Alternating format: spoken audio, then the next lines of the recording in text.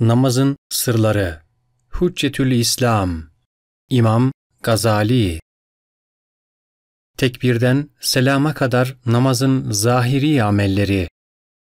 Namaz kılacak kimse, abdestini alıp bedenini, elbisesini ve namaz kılacağı yeri pislikten temizledikten ve erkekler için asgari olarak göbekten diz kapağına kadar avret yerini örttükten sonra ayakta kıbleye karşı yönelmeli, ayaklarının arasını en az 4 parmak genişlikte açmalı, kıyamda topukların arasını birleştirmemelidir.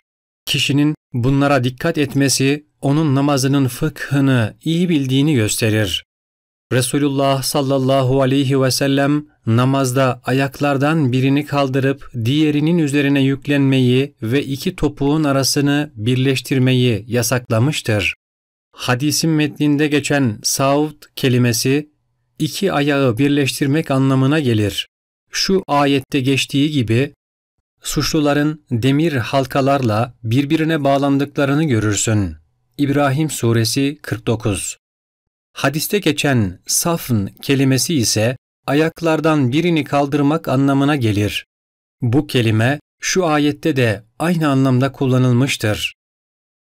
Bir ayağını kaldırarak 3 ayağı üzerinde duran rahvan atlar kendisine arz edildiğinde Saat Suresi 31. Bu, kıyamda ayakların duruş şeklidir. Kıyamda iken dizlerini ve belini dik tutar. Başa gelince, dilerse onu kıyam halinde dik tutar, dilerse biraz aşağı eğer. Hafif aşağı eğmesi, huşuğa daha yakın ve gözü sağa sola kaymaktan daha fazla koruyucudur. Kıyamda gözünü namaz kıldığı, secde ettiği yere diker. Eğer mescit dışında bir yerde namaz kılıyorsa, önünü bir duvara yaklaştırır veya önüne bir çizgi çeker. Böyle yapması, gözün bakış mesafesini kısaltır ve düşüncenin dağılmasını önler. Gözünü namaz yerinin dışından ve çizginin dışından korumalıdır. Sağa, sola yönelmeden kıyamdaki bu halini rükûa kadar devam ettirmelidir. Kıyamın edebi budur. Bu şekilde başını hafifçe eğip ayakta durduktan ve kıbleye yöneldikten sonra şeytandan korunmak için Nas suresini okur. Eğer kendisine uyacak cemaatin geleceğini ümit ediyorsa önce ezan okur, sünnetten sonra kamet getirir ve niyet eder. Kıldığı mesela öğle namazı ise dili ve kalbiyle şöyle niyet eder. Niyet ettim Allah rızası için öğle namazının farzını eda etmeye. Bu şekilde niyetin neticesi şudur. Eda etmeye sözüyle namazın kaza olmadığını, farzını kılmaya sözüyle kıldığı namazın nafile olmadığını, öğle namazının sözüyle de vaktin ikindi ve diğerleri olmadığını belirlemiş olur. Niyet ederken bu manalar kalbinde hazır olmalıdır. Çünkü o niyettir. Dildeki sözler ise kalbi uyaran ve onun farkında olmasını temin eden sebeplerdir.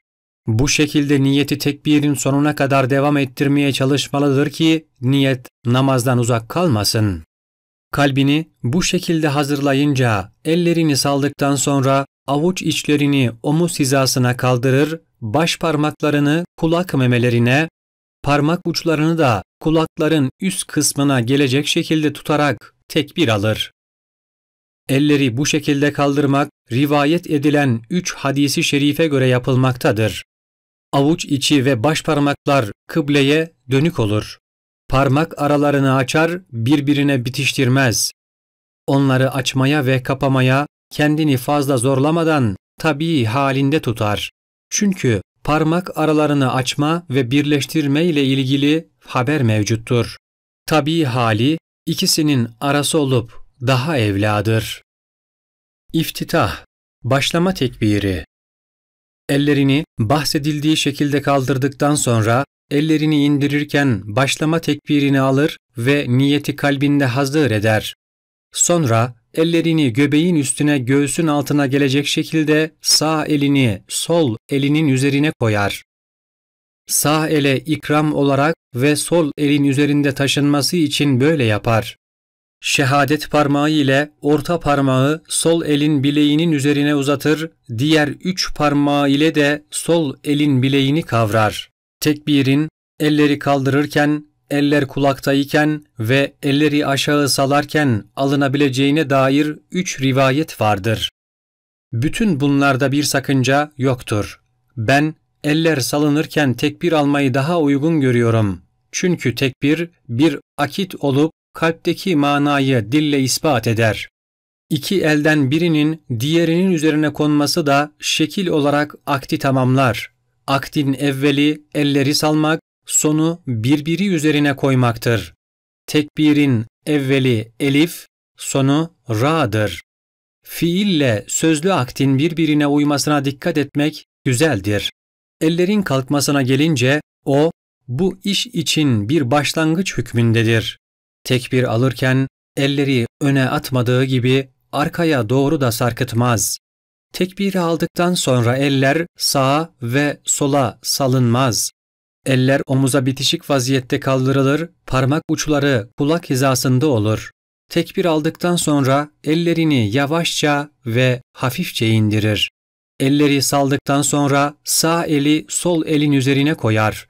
Bazı rivayetlerde Resulullah'ın sallallahu aleyhi ve sellem tekbir alınca ellerini saldığı, okuyacağı zaman ise sağ elini sol elinin üzerine koyduğu nakledilmiştir.